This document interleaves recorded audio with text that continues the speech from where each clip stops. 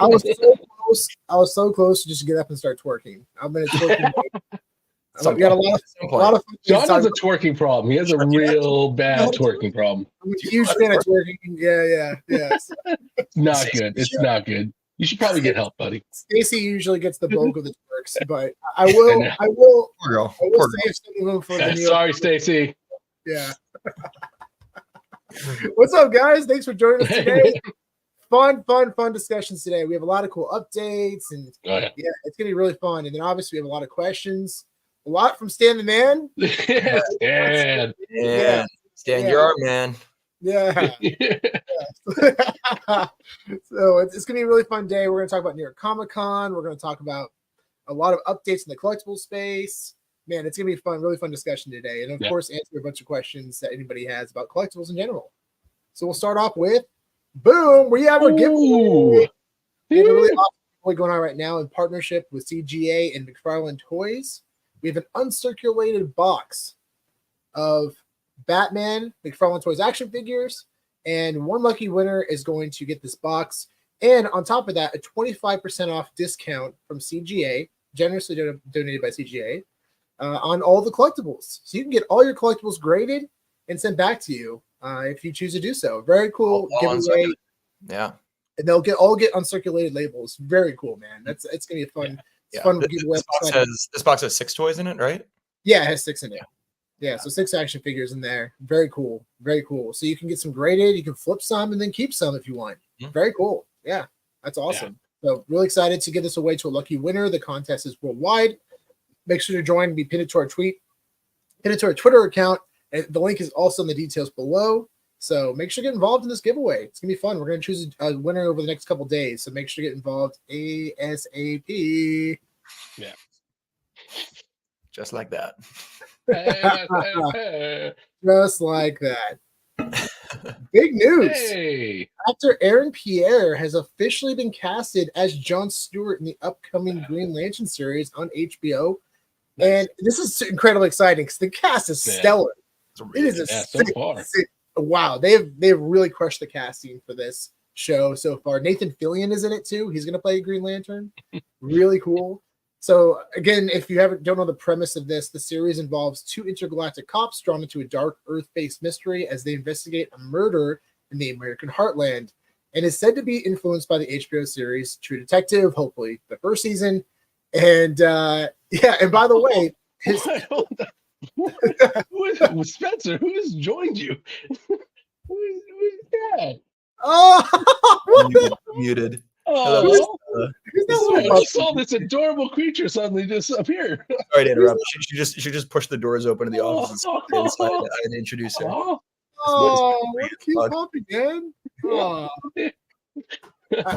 I'd bring Rex in here, but he'll be able to. He'll destroy. Everything would be toppled.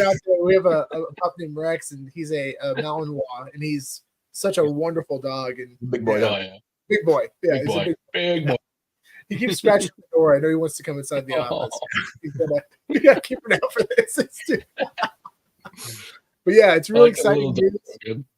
He was recently in a film that I haven't seen yet, but Kevin saw it and he said it was wonderful. It's called Rebel Ridge on Netflix. Yeah, I've heard that's awesome. So the director of that is named Jeremy Saulnier. And we saw him. I saw him in his first film at Sundance Film Festival like 5 years ago, and it's called Blue Ruin. And I highly recommend that film. It was absolutely incredible. This guy put everything on the line for that film. He was joking about in the Q&A how he put his kids' life savings or his kids' college tuition funds into the film. Like he went all in on this film, and it made his career.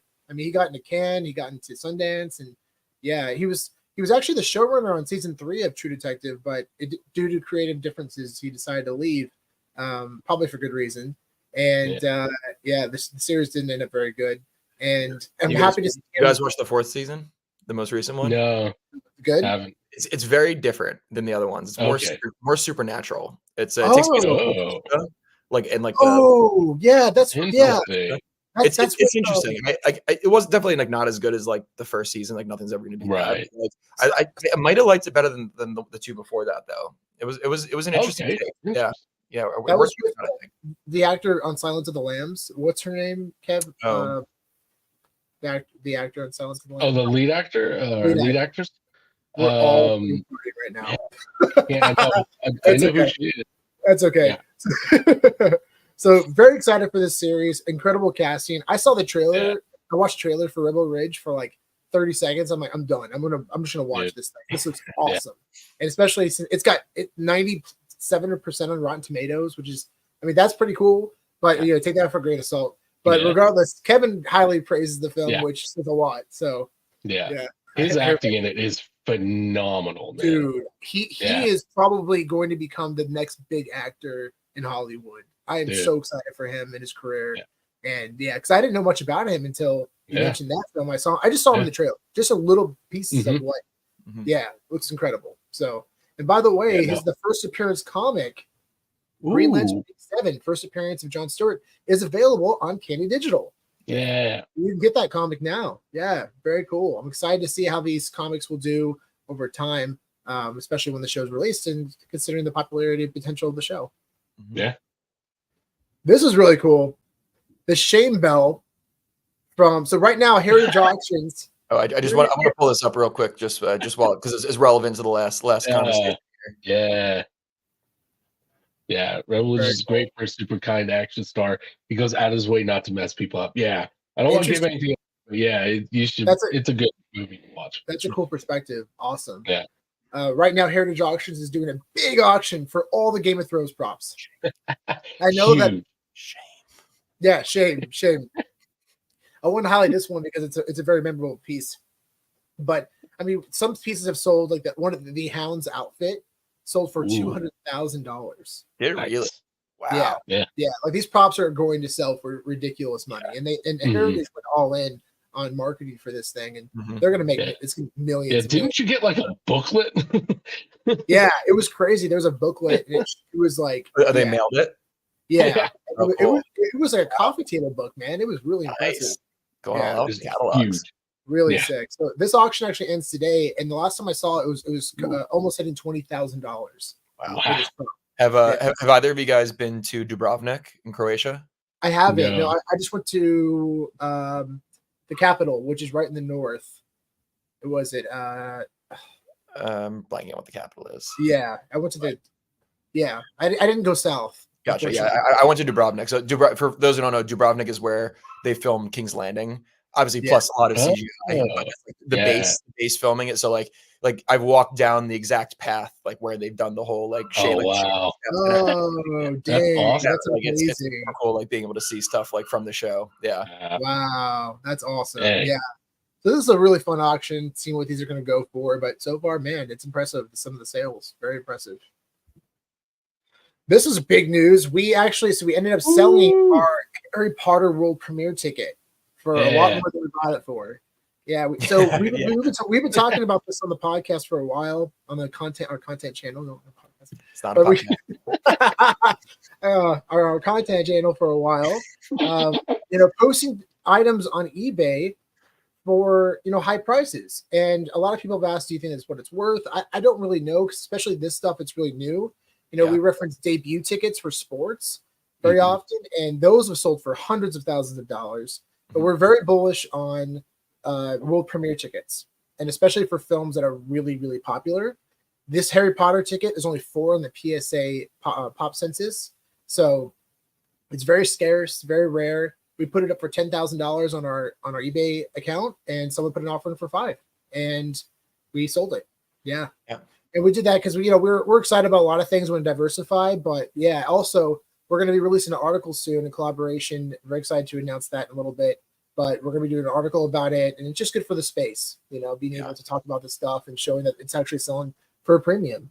And we still have our Harry Potter.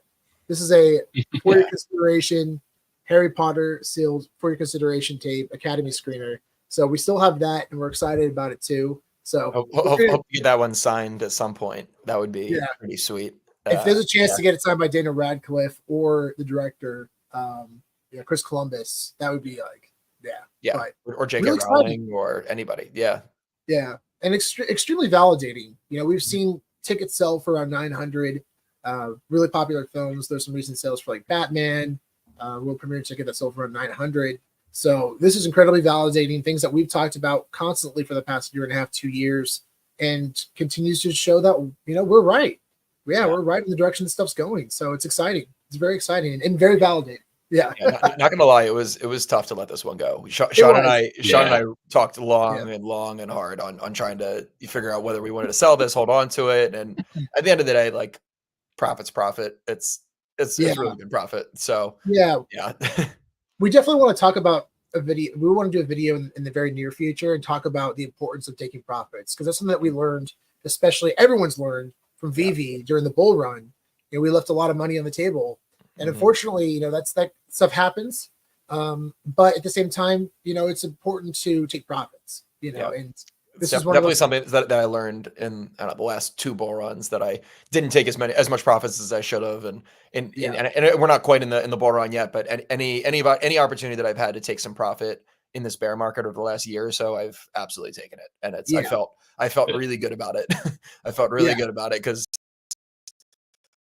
like you said, we've left a lot of money on the table. So so lessons learned. As long as you learn from those lessons. But this one in particular was really tough because it's very sentimental. We love Harry Potter very much. If we didn't have this Academy screener, I probably wouldn't have sold it. But we, and we're hopeful that another one will pop up and we'll be able to get it. And that's a good point, Spencer and Kevin. We've talked about that pretty often. Sometimes things are a one of one on the digital side. Sometimes that is the only opportunity to buy it. But on the physical side, things do pop up every once in a while. You will have opportunities to buy back in. Like for Lord of the Rings: Return of the King, we originally bought a sealed Academy screener for that. Arguably one of probably the most successful films of all time, both critically and financially and popular. One popped up, we bought it, and then we ended up getting 3 or 4 more after that. Yeah, and those are the only sales. And that first one, we didn't think anymore. We were like, oh, this is going to be the only one we're ever going to find. And then and then we found it. So. You take a profit for this one. If the other one pops up and you spend $2,000 or $3,000 on it, we're okay with that, because we made profit on this and we can buy back in at a lower price. So exactly, fingers crossed that happens, but we're okay with it either way, and it's very exciting. And if anybody finds one, sell it to us for less than $5,000.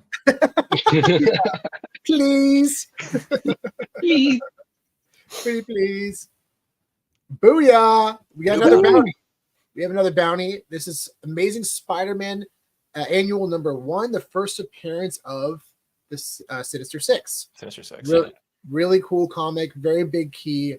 Really excited for this drop on VeVe. I presume that it's going to sell out, depending on the price. I think it's around 10 gems. I believe. I'm not. I got to double check on that in the price, but really exciting. If someone hits this, we're willing to purchase this. We actually have only hit 1 bounty so far. The penny black. Bounty that we had, it ended up selling for around 1,200. So we were actually pretty close on our bounty. We were pretty close on that. Not bad. I'm super excited because I landed the secret rare on the drop. So, right? I'm so excited to get the physical, like, in the case and display. Like my dad was a big stamp collector, so it's very sentimental to me. So very, very cool to this will be my first stamp physically that I've personally collected. So that's pretty cool. Yeah. And was able to make a pretty healthy profit on selling the digital collectible too. So also pretty stoked on that. This is where it's exciting, right? The physical and digital side, benefits of both, the value of both. People, in stamps in general, I never would have even considered stamps as something as a collectible for myself personally. But now, especially with the penny black drop, stamps have been dropped on VeVe in the past, of course, but especially this penny black drop was really special because of the collaboration with Stanley Gibbons, but also it's the first stamp ever produced. That is super significant. That's so cool. So congrats. And thank you. I was going to say the actual physical stamps, the penny black stamps, unless they're in absolutely pristine condition, they're not worth a ton of money. They're not worth a crazy amount, but I just think it's such a cool thing to have, and the collaboration and the special case is going to come in and all that. It'll be such a cool display piece. So I'm psyched about it. Yeah, definitely. Yeah. And you're right. I've actually looked at prices for them, and I think I've seen some for around $300 or so, but I presume that they will sell for way higher in this VeVe case. I think so too. And probably longer term, if the collecting hobby around stamps, picks back up again, then I'm sure, because this is the first one, it'll inevitably do well. So yeah. And regardless of price, man, that's so sentimental for you. And I'm so Exactly. excited that you were able to get that. And everyone else who was able to land one on the drop, congratulations to you. Yeah. It's a small group of us. There's not many. Yeah. It's funny too, because remember we had a debate over that, whether or not, and I'm see this is what Your side of the debate makes more sense to me now. Sitting where I'm sitting. I'm glad. That's awesome. Congrats. Yeah. So anyone out there, if you land this, let us know, or just post it online. We'll buy it from you. So congrats again to everybody for the penny block drop. So yeah, here's Amazing Spider-Man Annual #1 on Go Collect. The highest value of this is actually 9.8s, and the most recent sale for a 9.8 of this comic was back in 2012 for $28,000. I estimate this thing would sell for over $100,000 today. Easy, yeah. Wow. Easily. Yeah. I mean, the last sale was 2012. Yeah, easy. Yeah. And if you even look at the grade just below the 9.6, it sold for 78. Yeah, there you go. So, yeah, that was during the bull run, but regardless, it's still the 9.8 would still do really well. Yeah. So very cool. And then also we want to make sure everyone out there knows that our bounty is going to expire for Fantastic Four 48, the 1966 publishing mint. This has not been, according to Stacker World, this has not been minted yet, but our bounty will expire on, what did we put, Tuesday? I think Tuesday it's going to expire. But we'll make sure everyone out there knows that, because we only have a certain budget for everything, and we can't have these bounties forever. So unfortunately, we have to put expiration dates on them. A lot of the time, like for the Spider-Man Annual #1, I'm sure that'll sell out. So we'll find out immediately. But a lot of these past lingering collectibles that have not sold out yet, we just can't keep the bounties up forever. So we want to make sure everyone there knows the reason why behind the expiration date, and that there is one coming up soon. So make sure to go out and go for it if you're interested. I mean, either way, what's really cool about this one, especially, we are very high on this one. It's a massive key comic. Very significant first appearance of Galactus, first appearance of Silver Surfer. All one of my favorite covers. Yeah. So I even minting it, just having this comic in general is very significant. So yeah. New York Comic Con is coming up, man. New York Comic Con's coming up. There's so many exclusive drops happening. This is really cool. So they officially announced that they're going to be partnering with Figpin, and they actually just dropped this blog on. There's going to be. I did not see this. Oh, you didn't see this? No, you didn't. Oh yeah, yeah. They officially partnered with Figpin.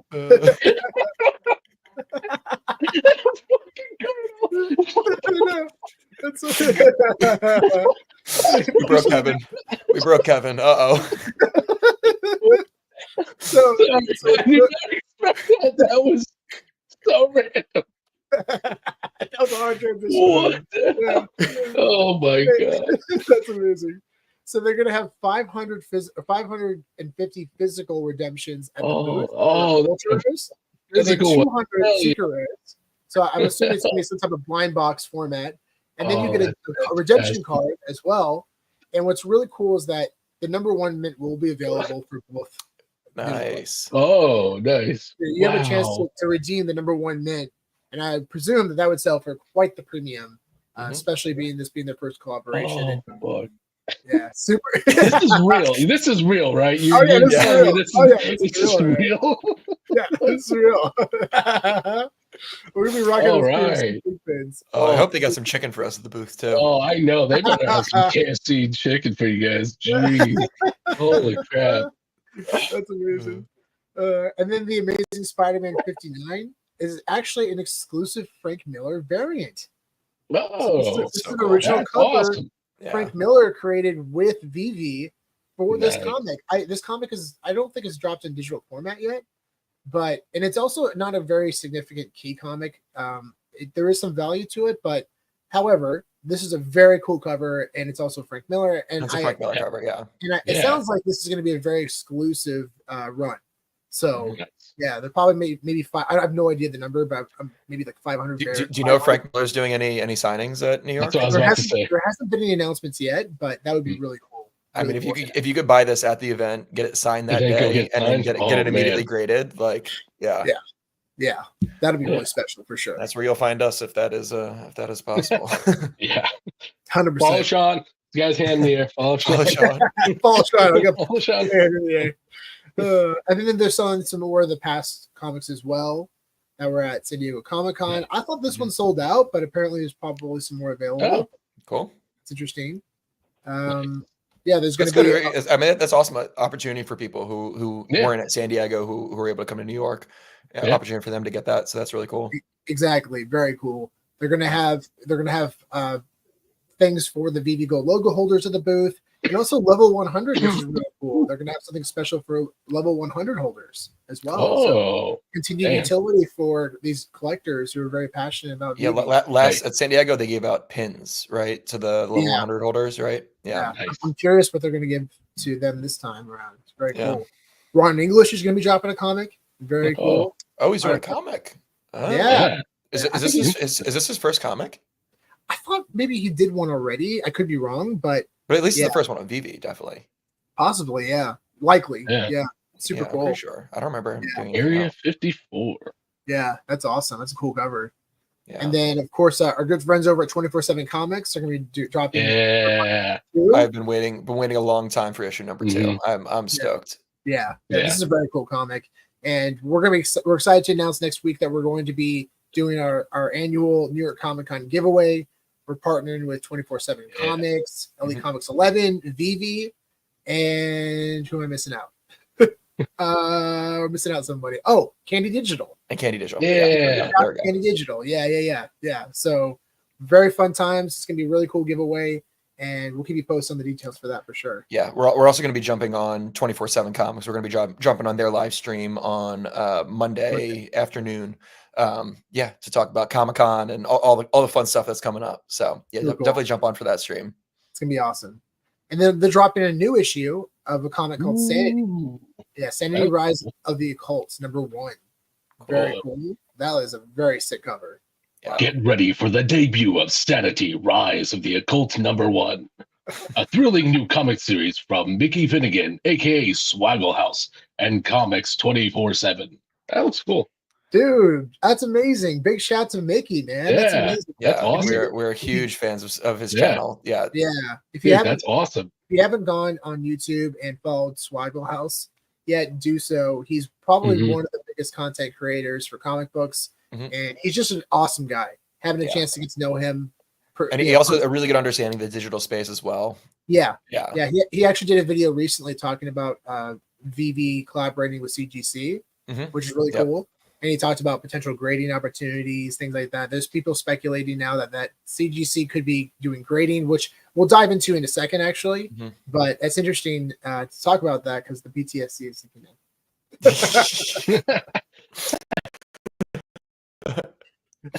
but yeah, I'm very excited for New York Comic Con. That's so cool. It's gonna be such a fun time. And then of course the party on Thursday night. It's gonna be a blast. Apparently that was Ron's second comic. Yeah, I thought so. Yeah, it is Ron's second comic. I don't know how I completely missed his first one. Wow. Yeah.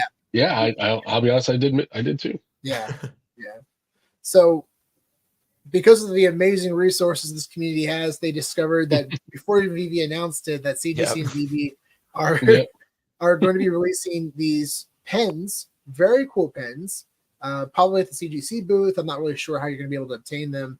Typically, when you buy a comic and you get it graded, they give you pens as a complimentary thank you, exclusive pens. So very cool. Yeah. So I wonder if you get a VeVe exclusive comic graded, then they would give you this. Sounds like it. Yeah. That would make a lot of sense. Cool. Yeah. It sounds like that's probably the route it would go, but we'll definitely find out more details over the next week or so.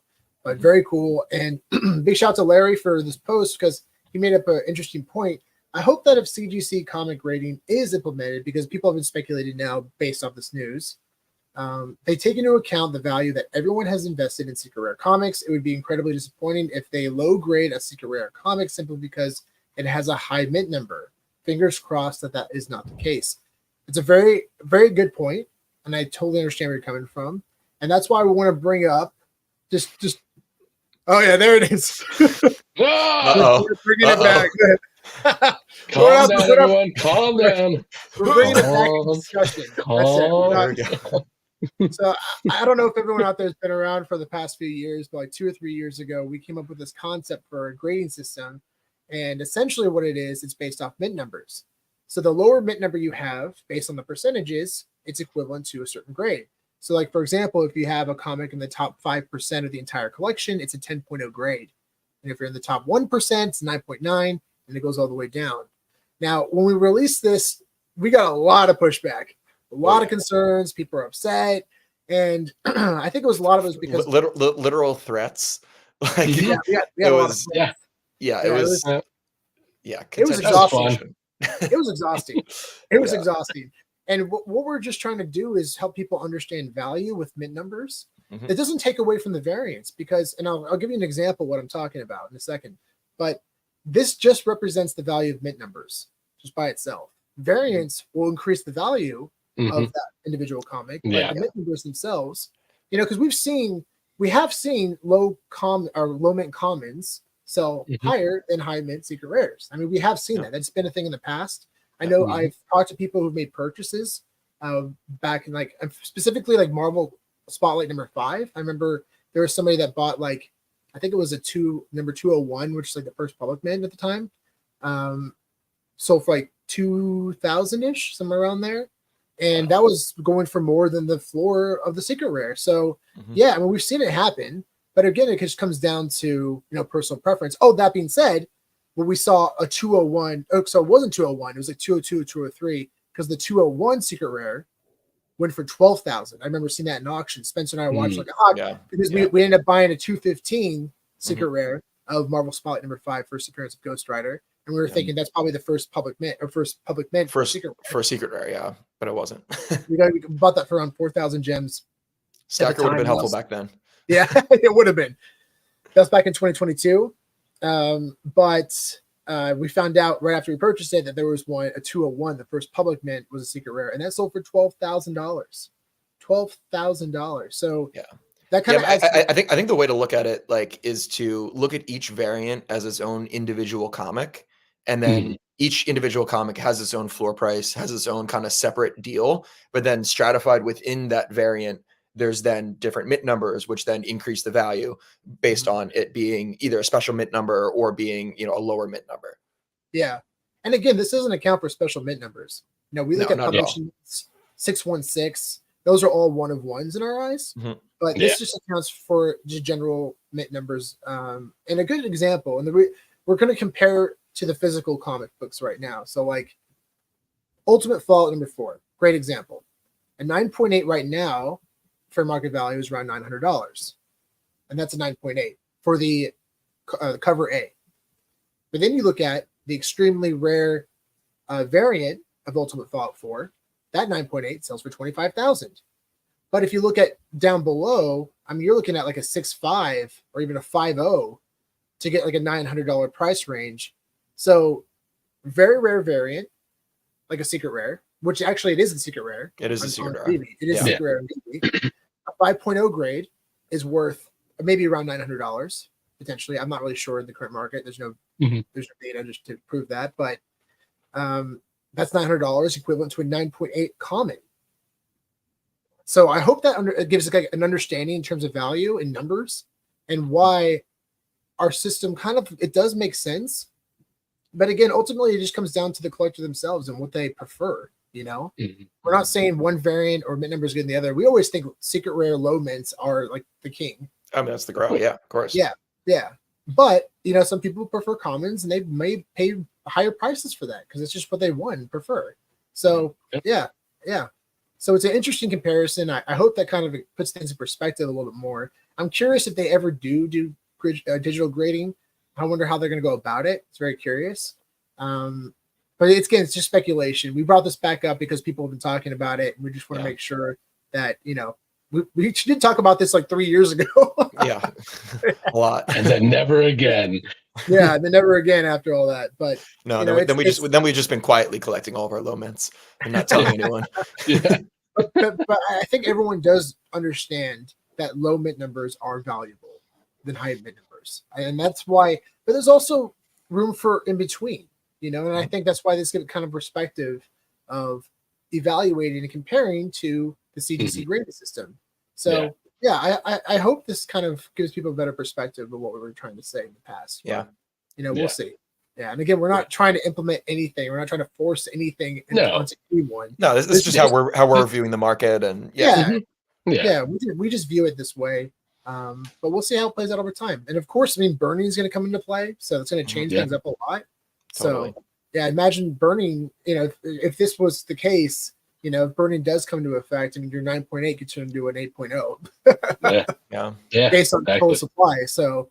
Yeah, I mean, there's definitely flaws in this system, but at the same time, it's just kind of giving perspective on the value of low mint numbers. That's really in the exactly. And then I think Sean, is that the last of the things you wanted to go over? Yeah. Well, so one other thing I wanted to bring up. So another piece of news from this week. Unfortunately, HRO has announced that they're going to be closing their doors. Wanted to bring that up real quick. Yeah, it's unfortunate. I was never personally a big collector in HRO, but I still have some sealed physical boxes that I've never opened. Oh, wow. Which I'm thinking now I probably should open them, because there might not be an opportunity to redeem them for the digitals after that, which is interesting. So something to think. I'm hopeful that they put out some more information soon about kind of what things are going to look like going forward. So, I mean, especially around being able to take your collectibles off the app and be able to store them in your MetaMask wallet, and I'm sure that's going to be possible. I mean, even Recur did that, so I'd be shocked if they didn't. And these are officially licensed Batman collectibles or DC collectibles. They're super, super cool. So I'm hopeful that there's still somewhat of a future for them. I think. Yeah, I don't know. So we'll see what happens, but it's sad to see that one of the few digital collectible platforms out there doing licensed stuff is shutting their doors. But glad to see they're still doing one last drop, which is cool to see. Yeah. And we talked about that too. We're going to see a lot of companies just not be able to push through the bear market. Unfortunately, it's just part of the situation. But we're a big believer in rising tide lifts all ships. The more companies out there selling digital collectibles, digitals, the better. It's important. It's super important. And to see one of these companies fall, especially though it's doing so well, it's just really important. It's really truly unfortunate situation, and it just sucks. It really does suck. Yeah. And also, I guess one other thing to plug, really, really good friend of the show is actually the owner of the 1 of 1 Batman card from the HRO platform. I think some people have been talking about it on Twitter recently. I've seen people notice that it finally got listed for the first time ever. So the owner actually reached out to me and is looking to sell it. So if anybody is interested in owning potentially the only 1 of 1 licensed Batman NFT in existence, reach out. If you have any serious offers, reach out to us, and we'll let the owner know and see if it's something that might work. Yeah. And obviously that's contingent on, whether or not you're definitely able to remove the collectible from the platform, because that would be, silly to do a sale if they weren't going to do that. So I read that they are. They are definitely doing it? Yeah. It said that in the email. Okay, cool. I totally missed that. So I guess that looks good. So if anybody is interested in making an offer on that 1 of 1 Batman card, I think long term, even though the platform is shutting down, I think it stands on its own as a 1 of 1 collectible. And I think it's still super significant. So if anybody's interested, feel free to reach out, and we'll be happy to give your offer to the owner. Yeah, I mean, just because that HRO closed doesn't mean that these things can't still be valuable. I mean, It's very possible. I mean, they're just much more scarce than people realize, and who knows? Who knows how people value them over time? It's tough to say right now, but they could be very significant still over time. All right. Oh, I want to give a big shout out to NFT Pirates. Hey, how you doing? I haven't heard from you in a while. Oh, it's so good to see you. My heart's exploding right now. That's amazing. Let's chat sometime soon, Chad. It's been a while. Yeah, man. Yeah, I miss the hell out of you, dude. Yeah. And I totally agree, Jason. Monetizing that voice. We've been telling him for a long time he needs to do this. I know. Yeah, I'm getting close to actually getting into voice work, so that's I'm trying to make it happen. Super happy to hear that. Hell yeah. If anybody's got any opportunities for Kev, let us know. Yeah, let me know. Hit me up. And a big shout out to Stan the Man. Thank you, Stan. Keeping our content channel afloat. Yes. He's secretly holding us up the whole time. Stan's the man. If you're coming to Comic-Con, come find us. Beer's on us. Yeah, beer. We're on a budget. Domestic beers only. Domestic. Oh God. So we'll start with Stan's question first, and we'll go through a couple of Stan's questions. He's got quite a few. Yeah. As Todd McFarlane Insiders, how does Todd view VeVe and the likelihood of a future venture? Yeah, I mean, we had a chance to be. Yeah. Oh, no, it's not up here. So Kevin, you have it up there. Yeah, on your right shoulder, above your right shoulder. Yeah, there it is. So I had a chance to have Todd sign digitally with his finger on my iPhone. Todd Batman. And we chatted very briefly, but he's a big believer in a rising tide lifts all ships. I mean, he's not. I mean, he's definitely a businessman. He knows what he likes. In terms of them collaborating, it's super possible. Who knows? Anything's possible at this point. Yeah. We don't have any information in terms of whether or not that'll happen.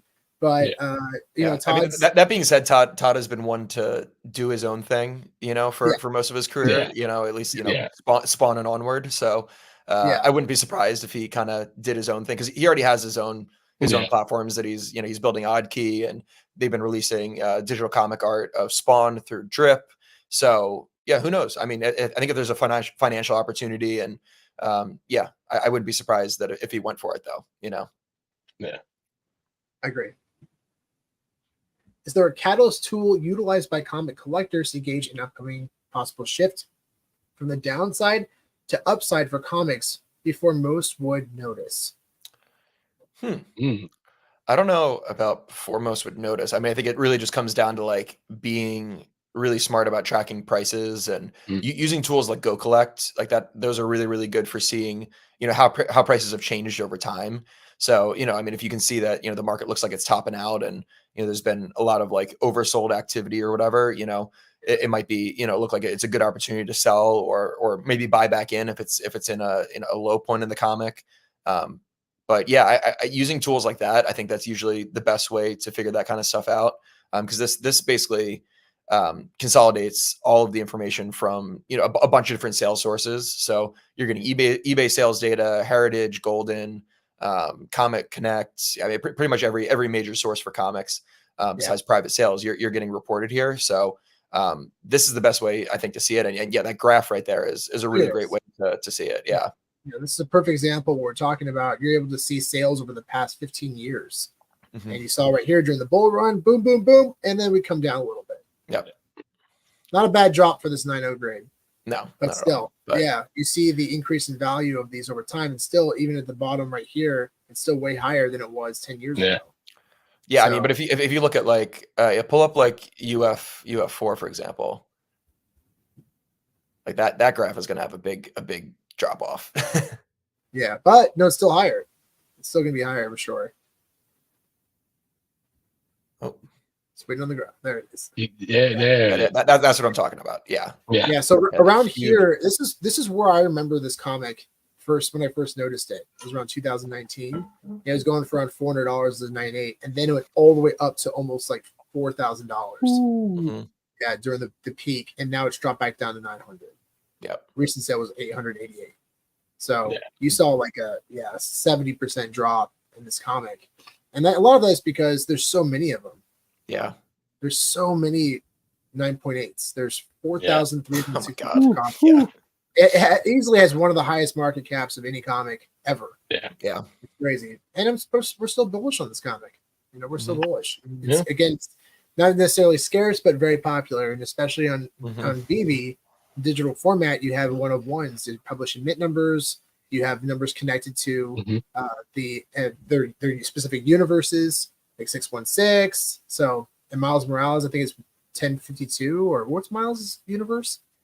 I think 10. I don't know, actually. Yeah. I don't know the number. So, but yeah. Very cool. Very cool. Will the channel offer New York Comic Con comic physical PU services for subscribers who are unable to attend the event? Very interesting. We haven't thought of that. Never thought about that. If there's something specific that you're looking for, reach out and we'll see what we can do for you. Yeah, absolutely. Yeah. And this comes back to Spencer's comment earlier about HRO. In the panel's opinion, what is VeVe's secret sauce of success in spite of HRO's recent concerns. I mean, I think ultimately the mixed IP, having so many different characters and companies involved, because HRO is just DC, so you're just attracting the DC fans. So I think that and community. I think that's the other really big piece of it. I think HRO, unfortunately just lacked the community that VeVe had, and I think a lot of the HRO community were people that came from VeVe. So it kind of is the same, but it doesn't have that same kind of like core community fan base of people traveling to Comic Cons across the country, across the world, just to see all of their friends and all the people that they love collecting with. So yeah, I think it was missing that as well. So I think between those two things, the mix of IP and community, I think those are kind of like the secret sauces that I think have kept VeVe alive this long. Yeah. I mean, I met an awesome guy named Danny through the community a few years ago, and I went to his wedding. Yeah. The first time I met him in person was at his wedding, and I met him through VeVe. It was amazing. Man. Yeah, it was incredible, and it was all because of VeVe. I never would have gone to England if it wasn't for VeVe, and I went because we met, became good friends, and I had an amazing time. Met his family, got to know him personally. It was awesome. Yeah, we still are good friends. He's a great guy. So, yeah, I mean that's a good example. Good answers. Is the panel familiar with the uproar of possible CGC partnership with VeVe? And a large group of physical collectors in an uproar. If VeVe pulls off such a feat, how would they implement a standard? Yeah, I mean, kind of, we already answered this question with our discussion earlier. I mean, we've seen them release exclusive slabs already in the physical side. I think they're going to focus more on the physical side. Yeah. But who knows? I mean, I will say CGC is ultimately a business, and they are definitely interested in staying innovative. So I'm curious to see how they will adopt digital. Yeah, I mean, I think there's an opportunity where CGC can make money off of like digital grading or something like that, and slap their name on it, for basically kind of stamp of approval. Then I think that there definitely could be a world where something like that happens. But yeah, I think it probably has to make sense financially for them to do it, because otherwise they're probably not gonna waste resources on it. Yeah, and I think the structure should be laid out, but we're curious to see how it plays out, and would it make more sense to partner with CGC or just have VeVe just do it on their own? So yeah, time will tell. In a recent interview with co-CEO Ben, he had two items in his background that drew my attention: Super Mario and Atari. How bullish is the panel for VeVe guest backgrounds for a possible predictor? I think that's really speculative. I think David Yu definitely hints. You does it a lot. David Yu definitely hints, but I would not take it seriously for anyone else outside of David Yu. Very excited actually to announce that we are going to be releasing an interview with Ben Rose soon. So cool getting a chance to talk to him. That guy is awesome. He has a wonderful vision, understands the collectability side. I'm so excited to release this interview and for everyone to have a chance to listen to him and hear his thoughts about the future of the company. Man, it's a great partnership, and they did a phenomenal job bringing him on board. And it's going to be really exciting. Yeah, it's really, really cool. He gets it. He really gets it. And he understands the community too, which is really cool. So very excited for that. It's going to be really fun. Is VeVe back with recent moves, specifically Ben and Stacker?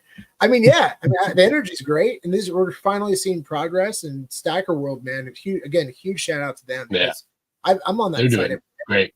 It's incredible. Yeah. It's incredible. They've done a phenomenal job, and it's only going to get better. I'm really excited for the chance of being able to make offers on collectibles. I know that's something we've been talking about quite often. Someone actually reached out to me today and asked to buy a mint number, like one of AF-15 mint number. He asked to buy it, and I sold to him. Nice. Yeah. It was wild. I mean, this is what I'm talking about. You look for a specific number, because sometimes certain numbers aren't valuable to certain people, but they are to others. Yeah. And it's important to have that opportunity, and you can't, it's literally, you're just blocked out. You can't create that opportunity, because if it's not listed in the marketplace, even if it's listed for, a certain amount that's way higher than what you want to pay for it, there's no opportunity to at least reach out and maybe connect and see there's no, negotiation. There's no chance of doing that right now. And it's kind of slowing the growth of buyers right now on the VeVe app. So having access to do that, it's going to be a huge deal, especially for special mints, especially for special members. Yeah. So it's going to be exciting to see when that comes to fruition. But yeah, very bullish that Ben was hired. how they're going to split responsibilities. They're just growing. I think that was a good call. Yeah. Great call. Yeah. Because now they're able to hyper focus in certain areas and work on certain things and just ensure that things are going to move along quicker. So I'm freaking excited about all this, man. It is really cool. Super cool. Oh, we lost Spencer. I know. I was like, oh, he's gone completely. Chris, what's up, buddy? No worries. Hey, Chris. Always good to hear from you, my friend. Oh, yeah. I don't know what happened to Spencer. I hope he's okay. Hello, what's up? Amor. Hey, Alan. Oh, that's awesome. Nice. Alan. VHS. Yes. Yeah, that's cool. That's so cool. Yeah, we're excited. Oh, he's back. I'm back. Sorry about that.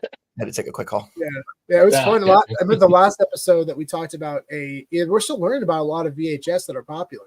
You know, there's some big sales for a SpongeBob Volume 1. Yeah. It's not sealed. Crazy. And sold for a super high premium, $500 plus. They've been selling for there's another one that popped up online. It's like a torn up copy. They're asking $1,300 for it. Wow. But the reason it's popular is it was a Blockbuster exclusive. So basically you could only get this VHS rented through Blockbuster. You couldn't buy it at home or anything. So. And it included content that existed on other VHS that was released commercially, but just because this specific tape was only exclusive to Blockbuster, it's rare and limited and people want it. And I love it. So I get it. Shows the value of the Blockbuster brand, right? Dang. And the brand. I mean, that's not the only example, too. There's a grail, considered a grail. Was it Clay Fighter? I think Clay Fighter. Oh, Clay Fighter. Yeah. There was an exclusive Blockbuster video game that only could be rented at Blockbuster.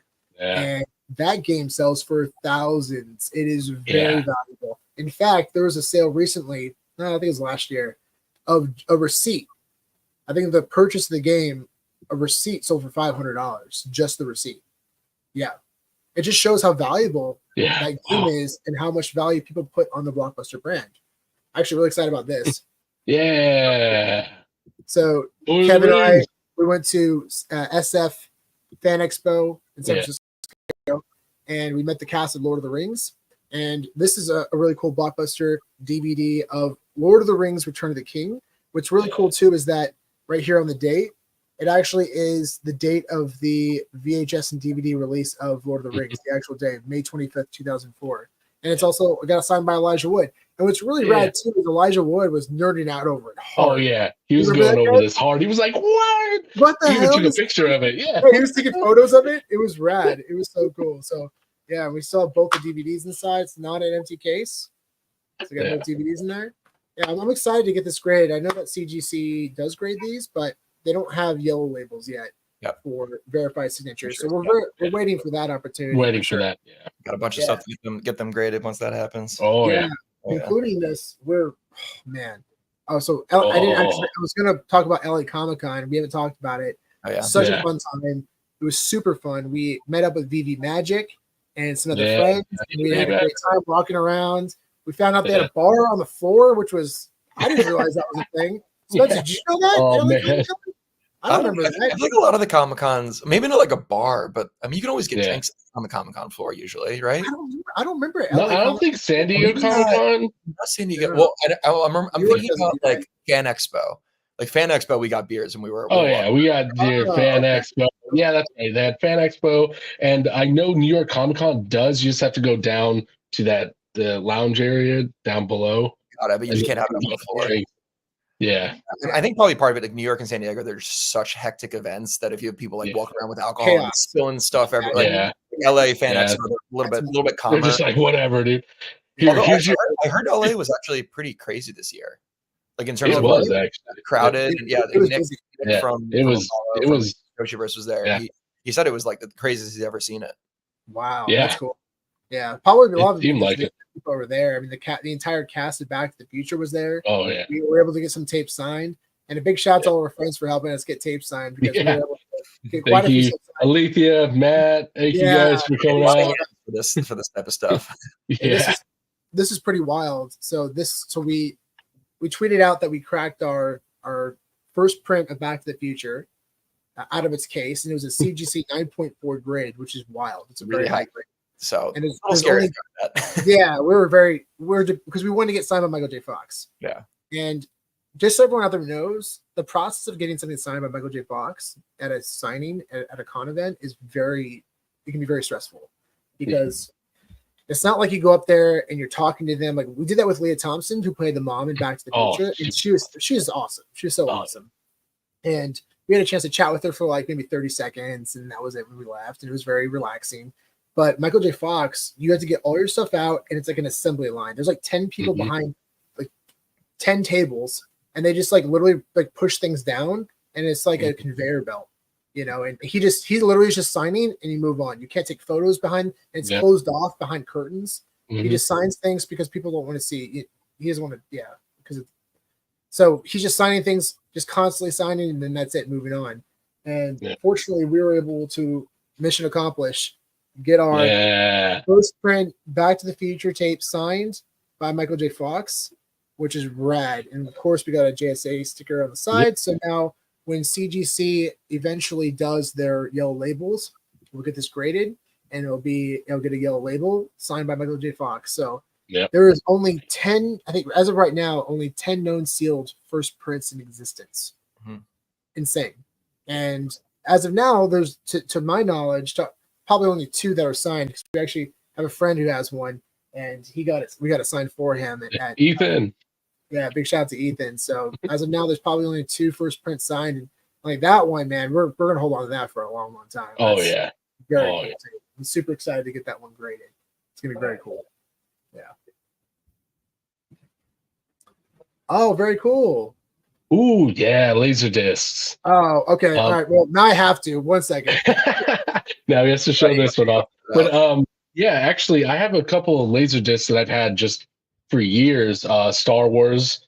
My family owned a couple of laser discs for Star Wars. I have Aliens. I have a few others. None of these are sealed, but I do actually love laser discs, and I want to get a laser disc player again. Start playing these and watch them. Yeah, I mean, I think the only one that I own, I think, is the one that Sean is about to show us. So, nice. Yeah, no, Laserdisc was great. It's kind of the HD back in the day, you know. That's how you got like the best quality versions of them, and some of them are in widescreen format, which is really cool. That is super cool.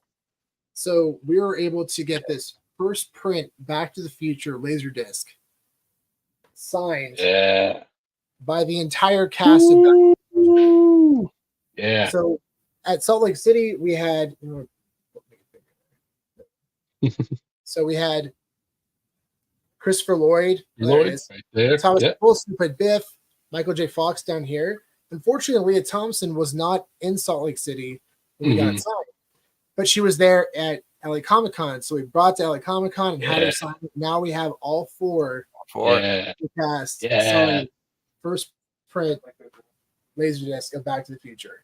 Yeah, so that's awesome. Yeah. Look at that thing. It's beautiful. It's good quality. Oh. Yeah, it's a really good seal on that one. Yeah. It's really cool. Right up there at the top too, there's a sticker right there. And it says 34. You probably can't see it, but it says 34.99. Yeah. So this is probably, it's probably right when. Yeah, that's wild. Super cool. Nice. Yeah. Really excited to own that one. That's awesome.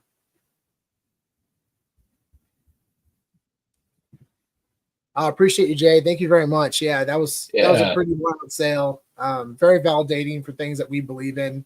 And again, this just goes back to what we were talking about earlier. It's important to list things, even if you're not interested in selling them, post them on eBay for high prices. Just lets people know they exist. If they really, really want it, they'll probably DM you and say, "Hey, can we work out an offer?" Yeah, you know. So a lot of the items that we post, I mean, we had like the Back to the Future first print up there for like $100,000. The highest sale was like $70,000-$80,000, and that was that copy was sold on Heritage, and it was actually owned by Thomas F. Wilson, who played Biff. So on the VGA case, it says from the collection of Thomas F. Wilson, which is really cool. So cool. And that one sold, for a very high price. Today, that's the highest sale for a Back to the Future tape. They've fluctuated between $10,000 to $50,000 recently, somewhere around there, but again, there's only 10 known to be sealed in existence, which is crazy. So, and two that we know of that are signed by Michael J. Fox. Yeah. Nice. Ours and a friend of ours.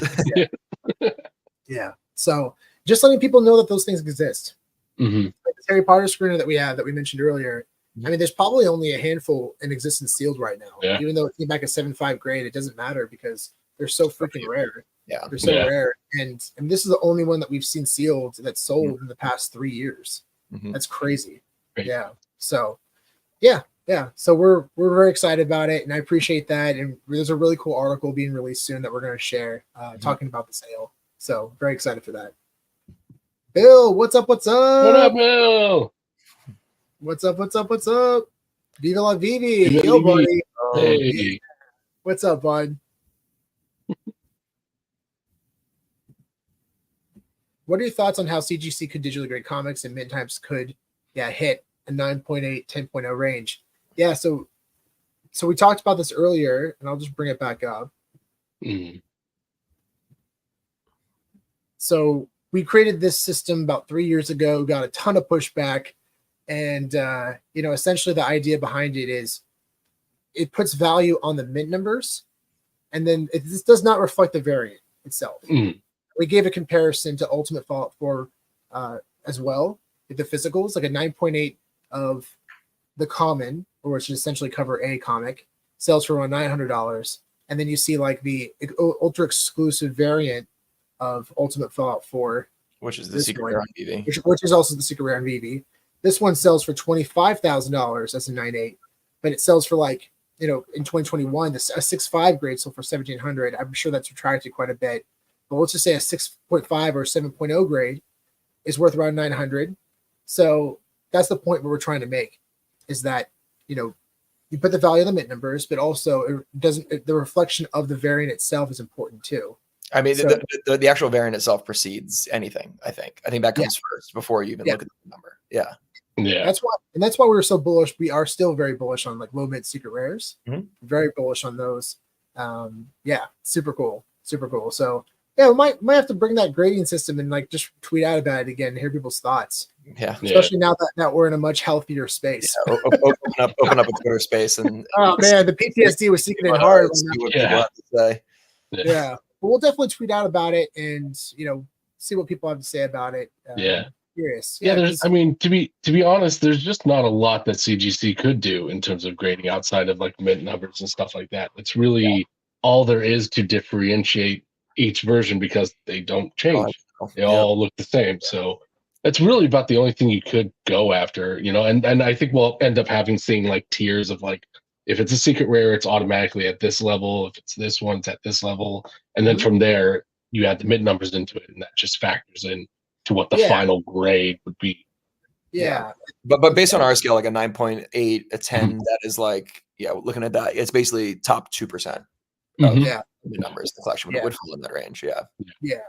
And that's why even on here, we give comparisons like, here's a Journey to Mystery 85, First Prince of Loki. It's a common, mint number 10965. So out of 60,000 editions, this would be equivalent to a 7.5 grade comic. That's the kind of idea that we're trying to emphasize. So you look at that, and then same with Ultimate Fallout 4. You compare that to like the physical. And we're not saying that the physical is worth as much as the digital, and that in terms of that, we're just trying to give a reference in terms of how you can approach value in mint numbers and utilize CGC grading scale as a tool. Really I think a lot of people unfortunately thought that whenever we were comparing to like real life things that it was like 1-to-1. No, these are just reference points. The real life counterparts are just reference points to help us guide ourselves into where things are supposed to look. And I remember even back then people were just, how you can't grade digital comic books, you don't do grade. That's not what we're trying to talk. We're talking about that. Grading is probably the wrong word for it, because you're technically not, it has nothing to do with the actual condition. So maybe there's a different word, but it's like a differentiation scale or something like that. It's still a way to differentiate value, which is what a grading scale is. But there's probably a different name needs to be made for it. Yeah, that's fair. And again, at the end of the day, I think everyone here right now can agree that low mint numbers are valuable. People put premiums on low mint numbers. That doesn't take away from the value of the variant at all. But people put values on low mint numbers, and that's something that we are kind of just investigating and looking into a few years ago, and it's still something that we think about every day. So I hope that helps put things in perspective a little bit. Let's get more questions here. Excuse me. Some more people. What's going on, VeVe? Yo! What's going on? Master Roni. For all the other Discord fam. I can't say I'm very involved in the VeVe Discord. We're more Twitter people, but yeah, shout out to the Discord fam. Yeah. Great to have you on. Great to have you on here. And remember, guys, if you have any questions at all about the collectible space, digital, physical, New York Comic Con, anything at all, drop them in the comments. Let's get those questions answered for you guys. That's why we're here. Sean, that's some tasty. There you go. There. Frank Miller will be at booth G42, as will I. Yes, Jason, you will be. As will Sean and I. We will find you there. Yeah, Jason, come find us because we're not gonna be able to recognize. Sean's hand will be in the air. Don't worry, you'll look for Sean. His hand will be in the air. You'll see.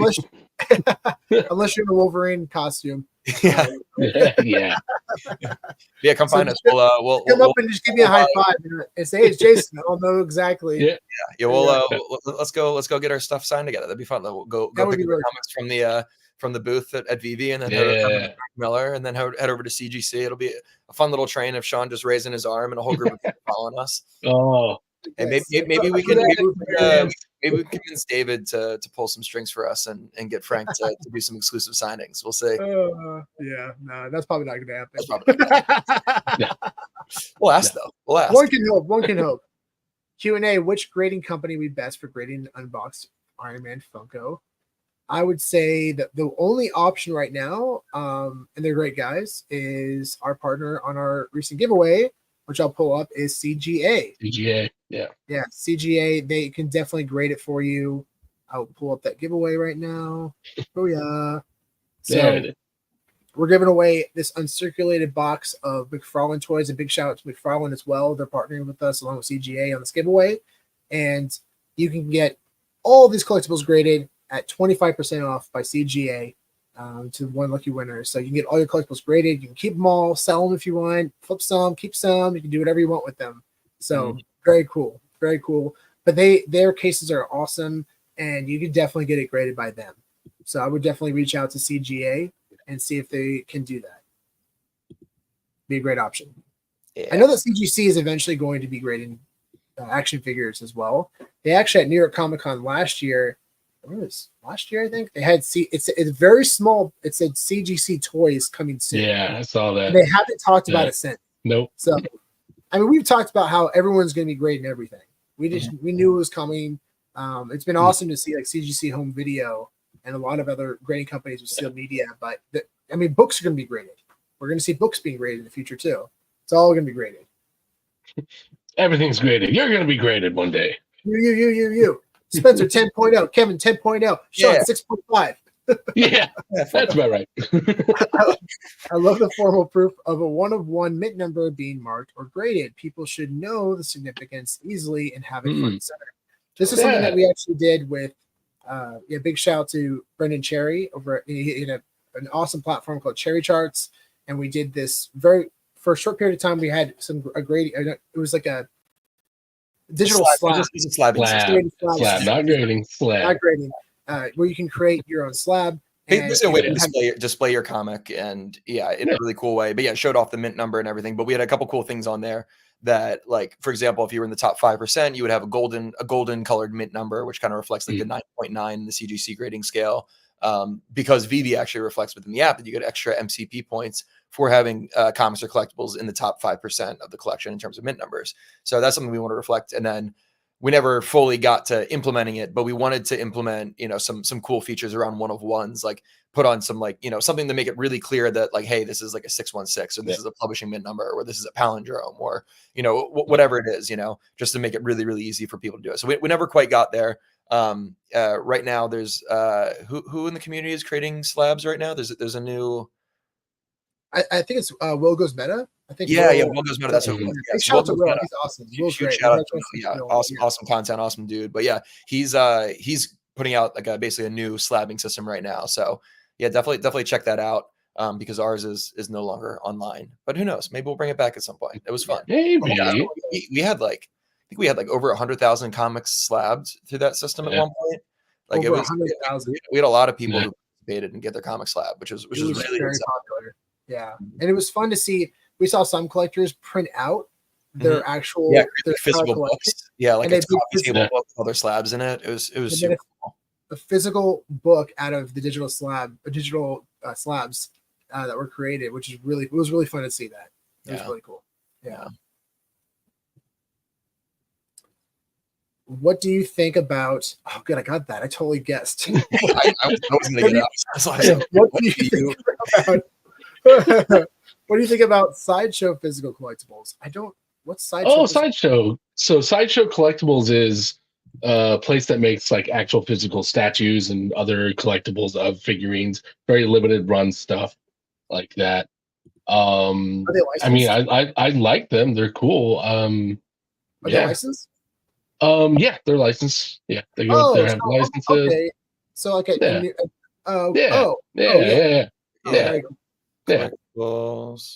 Yeah, no, they have a lot of great stuff. They're great quality. Super high quality, like really. Yeah, these are very high quality, like statues and stuff. Yeah. Oh, that's dope. And they have like limited run versions and series that, are no longer available. Some of them are pretty cool. Like there's some Star Wars ones, like an old school Ben Kenobi one that's pretty valuable. But yeah, no, they have great stuff. I love their quality. Yeah. They're just a little bit more expensive. You're paying for the quality, that's for sure. Yeah, exactly. Yeah. But I mean, but look at these things. That's insane. Yeah, these are $500. Wow. That's so cool. Yeah, I'm sure I've seen these around at Comic Cons before. Oh yeah. Yeah. And some of these can be like huge, like giant statues. Wow. Crazy. Nice. The Power Ranger. Yeah, I love the Power Rangers one. A huge Power Ranger fiend. Oh, look at that. Oh, Zoltar! Yeah. Zoltar. That's awesome. Right. I love that. We all go in and we buy Zoltar. Let's do it. He'll take care of us the rest of our lives. He'll tell us our fortunes. Like, that's like a round of drinks in the bar. Let's get it. Yeah. Nice. Oh, these are super cool. Yeah, they're impressive. And they have a lot more than they used to, man. Look at that. Holy wow. Yeah. I'm very surprised I've never heard of Sideshow. This is very impressive. Yeah, I'm surprised either. I was like, been around for a while. He's staring right into our souls. Is it weird that you're a little excited? Oh, hello, LJ. Hello again, fellas. Hello. Another VHS question. Do y'all just research each film to see if there was a screener made for that film, or is there a list out there? Hope we get VHS specific vids soon. Cheers. I appreciate that. Thank you. Yeah, maybe we'll do a hangout one time, and we're getting a lot of VHS love on these things. Yeah, a lot of questions about VHS. Yeah, I mean, we love talking about it. So well, we're really, I'll just say just to answer the question. Yeah, so to research each film, I think generally speaking, I wouldn't say me personally, but at least these two have enough working knowledge of film to know what movies have and haven't been nominated for different award shows and stuff.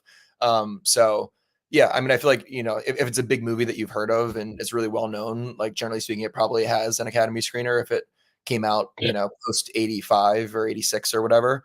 But yeah, I mean, I think Wikipedia is a really good source. So like if you have a movie that you're like unsure of, like just do a quick Google search and see if it's been nominated for any films. And if it's been nominated, chances are there's probably a screener out there. So yeah, I mean, look, you'll be surprised how many films have screeners and promotional copies and early versions. Yeah, that was just the way it was back in the day. If you wanted to get your film even into like, a store like Blockbuster, you had to send in a screener copy.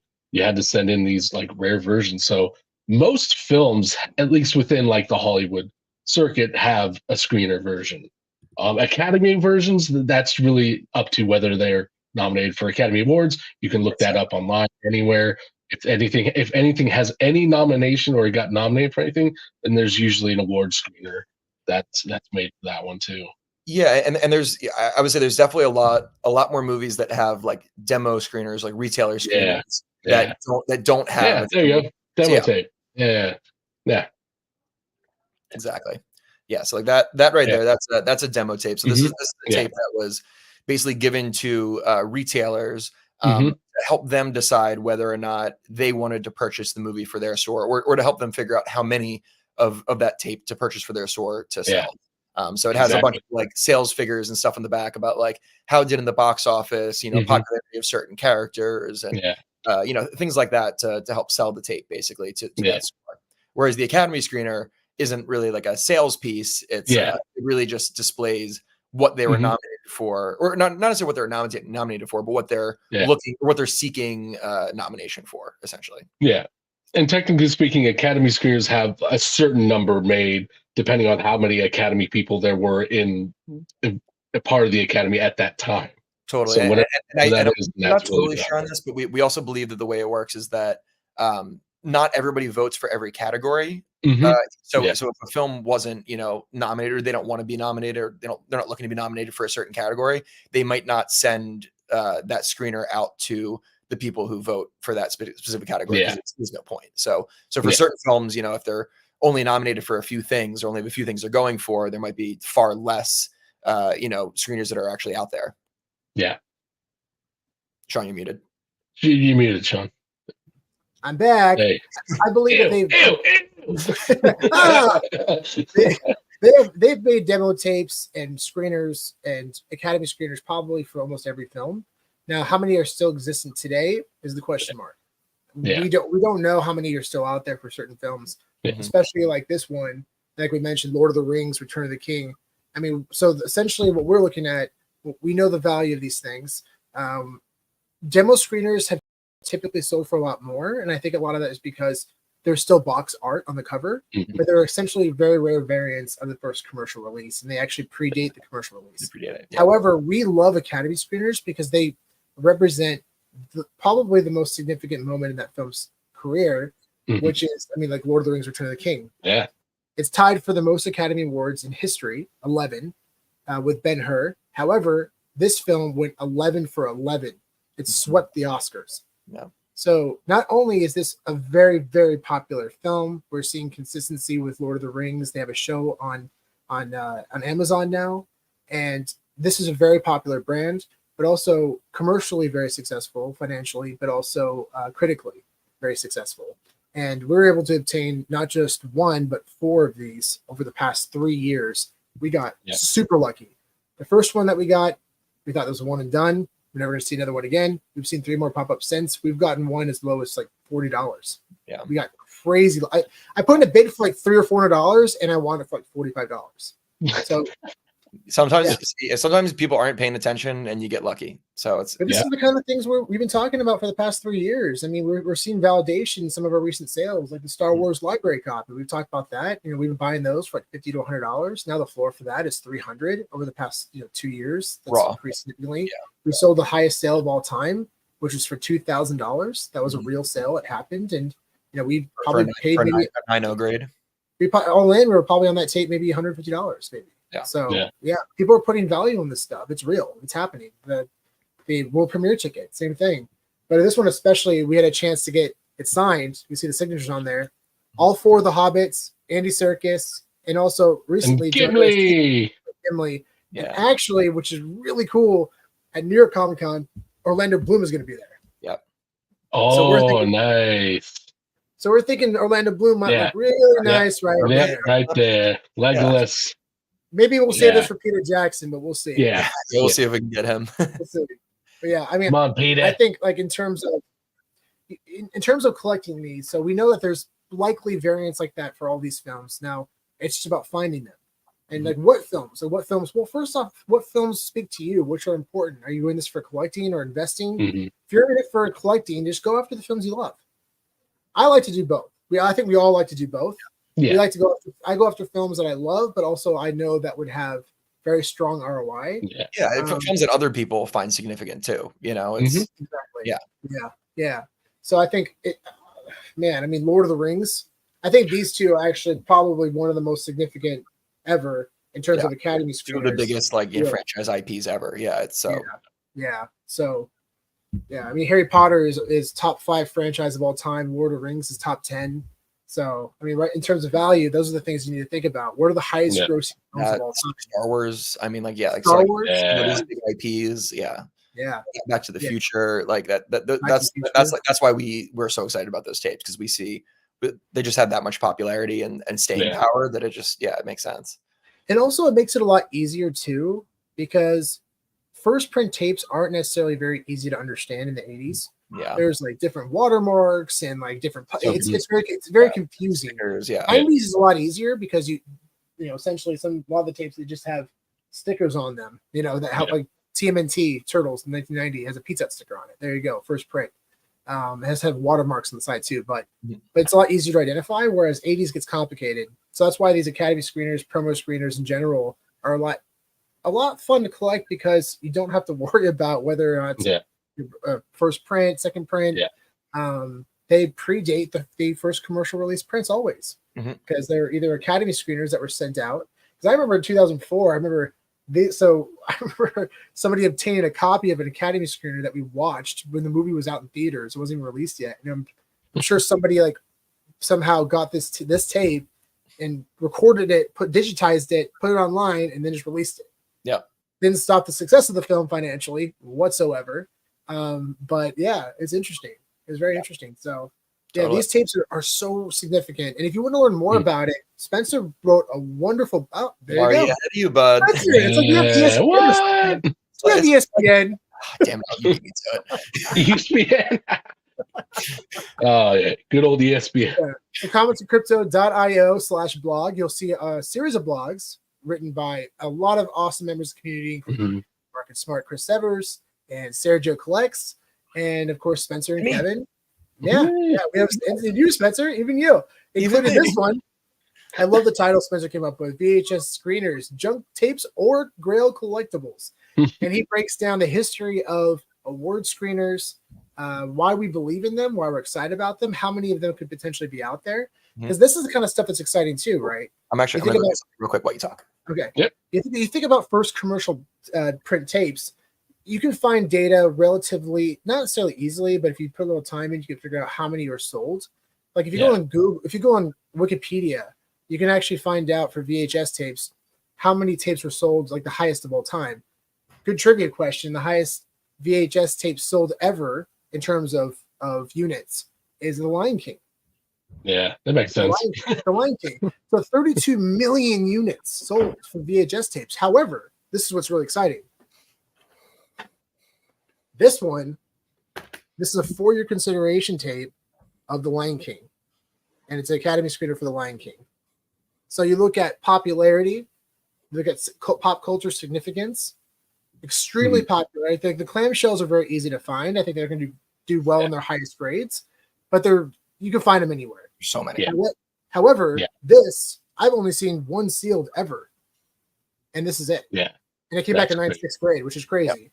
Yeah. But the scarcity is basically built in with these collectibles. Like, you know, if you're buying a demo or if you're buying an Academy screener, even if it's not sealed, you still know it's scarce, just given the number of stores that existed. So one of the things that we break down in that article is like basically like the number of stores that existed, you know, at the time when these tapes were coming out. So you can basically estimate, you know, generally speaking, how many of these tapes might exist based on the number of stores that these tapes were sent out to. Same thing with the Academy, you know, based on the number of members, you can kind of estimate, you know, kind of max how many tapes there might have been created for them. So that's kind of how we, you know, determine scarcity for a lot of that stuff. And Spencer broke that down in the article. He talks about how we did some research and found out, like, for example, in 2002, 2003, there were about 5,000 Academy members at the time. Now there's close to 10, but there's only 5,000 at the time, and not every single person will get a VHS tape. But even then, we'll just hypothetically say that every single person got a VHS tape. That means there were only 5,000. Yeah, and for something that had a commercial release of millions, you know. But even taking that further, back then in 1994, who would have kept this sealed? When you had a chance to watch The Lion King at home, you would open that. Yeah, I wouldn't hesitate. Nobody would hesitate. In 1993, probably 94. It was 94, but this came out before the clamshell. It was given to Academy members only. Man, I don't know. I would be very shocked if there's many out there. There are some unsealed on eBay, and they're asking around $500 or $600 for it. But man, we were very lucky to get that one too. And that's another one that's probably going to stay in our collection for a long, long time. Yeah, and then something else I wanted to show off. So, Sean, make me bigger. Make me bigger. Ooh, cool. Oh, so the Emerald Forest. The Emerald Forest. So This movie didn't necessarily have a lot of critical acclaim, but there's a really cool story behind it when it comes to screeners. So this movie is actually considered the first ever screener for the Academy that has ever come out, or kind of just any award show. So basically the story was, I think it's 1985, John Borman, who's the director of this, trying to, get the story about his film out there, trying to get a lot of hype around it. He didn't really seem like many people were seeing it, so he didn't think it was going to get a lot of traction for the awards. So what he decided to do is he went to all the retailers in Hollywood, basically, and gave them copies of the Emerald Forest. And you see on the back, it says promotional right here, not for resale. So he gave copies of this to, I think there were only like 100, or maybe like 500 or something like that. Yeah. I forget the exact number, but something like 500 or something like that were ever created of these screeners. He gave them out to stores, and then stores could basically rent them out to, people in Hollywood to, get hype and get people seeing it and stuff like that before the award season. So this is basically, widely considered, the first ever Academy screener tape or award screener tape, because this kind of like set the ball rolling for other people. Because once other people saw that this was like a possibility, then everybody kind of just snowballed in, and other films started doing it, and then it eventually became the standard after a couple of years. So yeah, we're really excited about this tape. This one is really special. This one is actually a CIB, so it's still sealed. Nice. Except for, not truly sealed, but it has the sealing on it. It has the watermarks on it. Yeah. And the promotional, whatever. So far, I've only seen 3 of these. We own all 3 of them. Yeah. I gave Sean one as a gift, I think a couple years ago for Christmas or something like that. And then I have this one, and then I have a second one that's not CIB. Sorry, that is CIB, but this is the only CIB that I've seen that still has the wrapping on it. And I've never seen a seal. Never seen a sealed one. I don't know if a sealed one exists. Who knows? I was going to say, I don't know. I'm not sure. Based on the history, I'd be shocked if it's existed. So. But here's the question, Spencer. So we are much bigger believers in popularity, and we understand scarcity is very important. We're not trying to question scarcity, but this film isn't popular, Spencer. So why is it important? Because it's the first. That's why. It started the whole thing. That's why. Historical value. Yeah. Commit number 1. Yeah. Yeah, I mean, you look. There's a couple articles out there. Like I think I forget who wrote them. They're cited in the blog post, but there's a couple articles out there. Basically just kind of people giving this whole story. So that's where we learned about it. And once I read that, because once we started looking at screeners, I was just like, oh, I wonder what the first ever screener was. And I just Googled first ever screener, and then I went right to eBay, and then I found one, and I was like, oh, all right, well now I got it. Yeah. I mean, boom. You type in first Academy screener, there it is. Yeah. Forest. Yeah. There's proof. A lot of people I don't think know about this, So yeah. Yeah. So something to really think about, and if you reference other VHS tapes that have sold, there are some really scarce horror films that have sold for ridiculous money. There was a sale recently. Yeah. It was a tape. I mean, something about the refrigerator. Kevin, you might know more than me. The fridge. Yeah. It's like those it's are considered they're not a good movie. These are terrible films, but horror fans and horror film collectors have put tremendous value on these tapes because they're so scarce. Yeah. And they represent probably, some of the pop culture, essentially, some of the first of its kind. And people put tremendous value on them for that reason. And there's some tapes that have sold CIB for over $5,000. CIB. Yeah. I mean, it's complete in box. It means it's not sealed. Yeah. So, yeah. So there's a lot of exciting stuff out there. Yeah. Big shout to Millie. Yo, buddy. Hey, thank you. Excited to see you at New York Comic Con.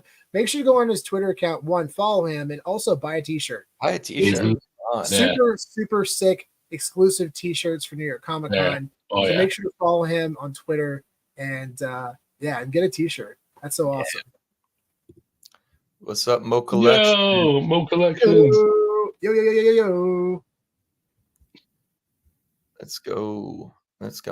What up, Uncle Dude? I like that name. Uncle Dude, what's up, man? Uncle Dude. That sounds like a B-film 80s comedy. Uncle Dude. He's back.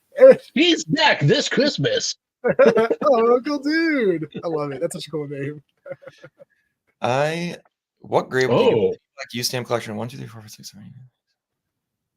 I don't know what this means. Like, would you if you have all the pennies or penny black stamps in that sequential order, what would you value them at? Or no, I'm sorry, no, I read that wrong. Just in general. I mean, it's hard to say without tracking past sales. We have no reference in terms of sales data. So if we have that data and can reference like what are some of the biggest sales for 1, 2, 3, we can maybe get an idea. I know it's kind of hard to like reference what would a Marvel Mighty's 1, 2, 3 be compared to a penny black stamp, but at least we can get an idea of what the value for these numbers are, you know? So once sales data comes out, which I hope it does in the near future, we'll be able to get a good understanding of all that. That's really and people just like sequential mints. So, you know, I was about to say, like, cool. it really comes up to the person. Some people are just really into that stuff, honestly. It's really cool, which is really cool, yeah. And Bill, yeah, it's a good point. You could grade it based on how many times you read. So go back to the grading conversation we had earlier. That's a good point. I don't ever want to steer people away from wanting to read a comic. No, exactly. My biggest concern for that. You're able to without having to worry about degradation. Like that's one of the biggest, you know, strong suits. So exactly. It would be tough to implement something like that. Yeah. There are many collectibles in the VeVe space where artists are not given credit. Do you give more or less valuable to collectibles that are given artists credit? I'm trying to understand what like maybe the I'm trying to understand. So like if someone modeled like a Hulk or something like that, technically there's an artist behind it or someone behind certain collectibles that don't get the highlight because they were just hired to make the collectible. Does that matter more than like a specialized artist specific thing with their brand on it? I got a good story for that actually. So we were all at LA Comic Con and we met Kenneth Rockerford, who designed the model for the first appearance Superman on VeVe. Mm-hmm. I asked him about it and said, "That's so cool. You have it on there." And he said, "What are you talking about? I didn't even know about this." Yeah. He had no idea that his work was being for that. And again, guys, let me be very, very clear. This is not VeVe's fault. No. Mm-hmm. This is DC. Yeah. This is DC not communicating.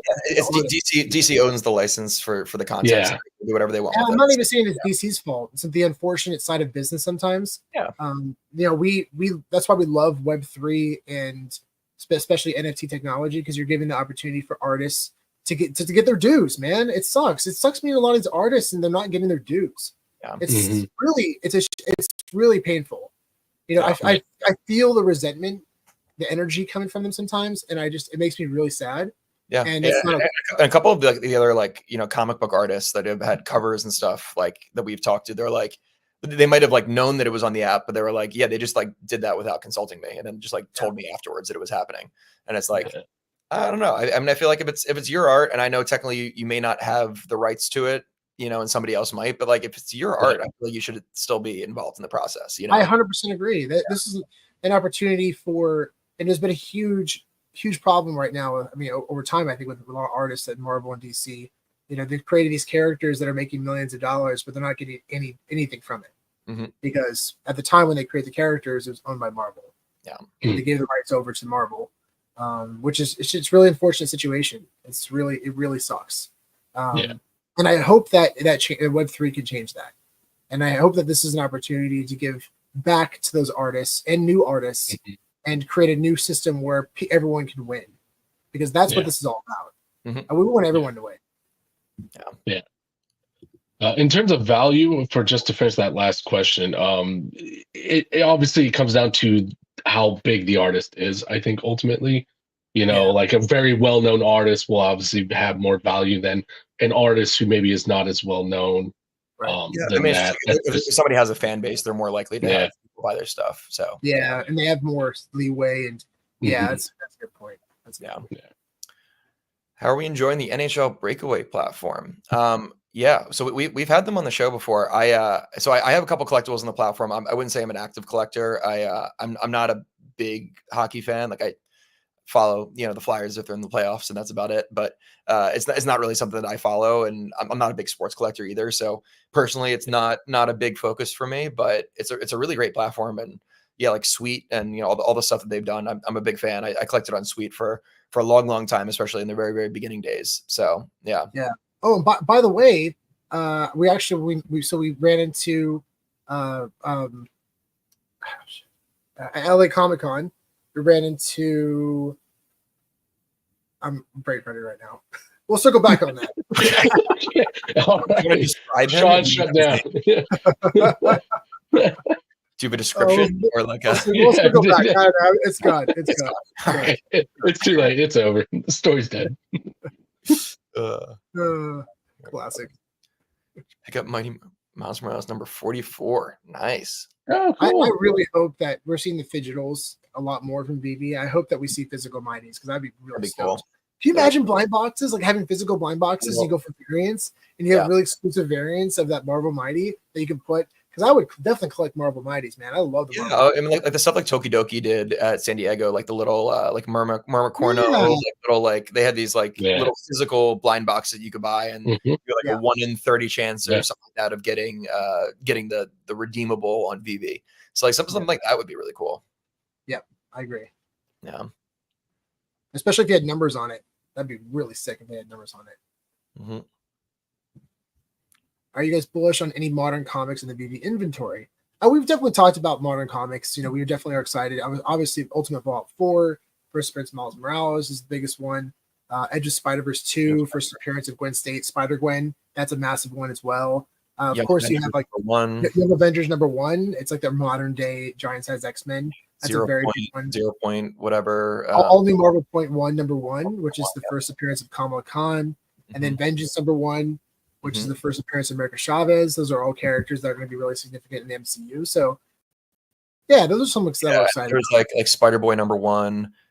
Spider-Boy, that really popped off. Really popped off. Yeah. So what's really exciting too, and that we've talked about this as well. So like modern comics, especially now that they're releasing every Marvel comic in digital format, we're gonna, you know, what's gonna happen when we see the next Miles Morales character that will drop in VeVe, and there's only 1,000 editions in digital format. Yeah, that's bananas to think about, right? Imagine an Ultimate Fallout 4 with only 1,000 editions. Yeah. So for some of these like first appearance, like modern comics, you know, it could be worth the hedge, you know. Yeah, definitely. Do the panelists have a best film of all time? Take your Jaws. Jaws. Yeah. Period. I mean, yeah. You I think it's the greatest film ever made. Yeah. Yeah, right here. Look at this guy. Oh, beautiful. Beautiful. Look at that was that first print tape. Yeah, so far from what we know, this is the first print VHS tape. Obviously, this is during the early 80s, so we're not 100,000% sure that it's the first print, but so far it seems to be. But yeah, this thing is beautiful. That's a first print beta for sure. Yeah. Awesome. Now, this is the greatest movie ever made. If you have not seen Jaws, please watch it. It is worth it. I show it to all my friends who haven't seen it, and they all love it every time. Such a good movie. Oh yeah. Spencer, what about you? Nuki. You know. Have you ever seen Nuki? Have you ever watched it? I've never seen Nuki. No. Oh my god! You should watch Nuki. It is. Nuki is a really bad sci-fi film, B film that was made, I don't know, 20 years ago, 30 years ago. Yeah. South African movie. A South African film, yeah. And there was a whole thing about the VHS tapes being bought up and by some content creators, and they destroyed a lot of them, all of them. Apparently that was like almost the entire supply. Yeah. And then one that they sold on eBay and donated the money to charity, and it sold for like tens of thousands of dollars. It was pretty awesome to see. It was a really cool thing. Yeah. I think mine, Back to the Future. Nice. However, I will say like Matrix is definitely Matrix, another good one. Yeah, this is the first for your consideration tape I got ever. This is still nice. Yeah, the good old Wachowski brothers are on there. I think my actual answer might be Up. I fucking nice. I have up in my room. I have an original like film poster from wow. Nice. It's impossible not that to. That movie broke my heart within 15 minutes. And it was a short film. There's no other movie out there that can make you feel that much that quickly. Yeah. Like it's Yeah. Like it honestly kind of made the rest of the movie just feel like okay, but like that I just hearing that, like, me. I just thought about the song. I literally just thought about the song, like chills. Yeah. Like just now. Like if I hear that, like I'll start tearing up. Like Oh man. It hits me hard. Yeah. It's really cool. But good pick, man. Oh.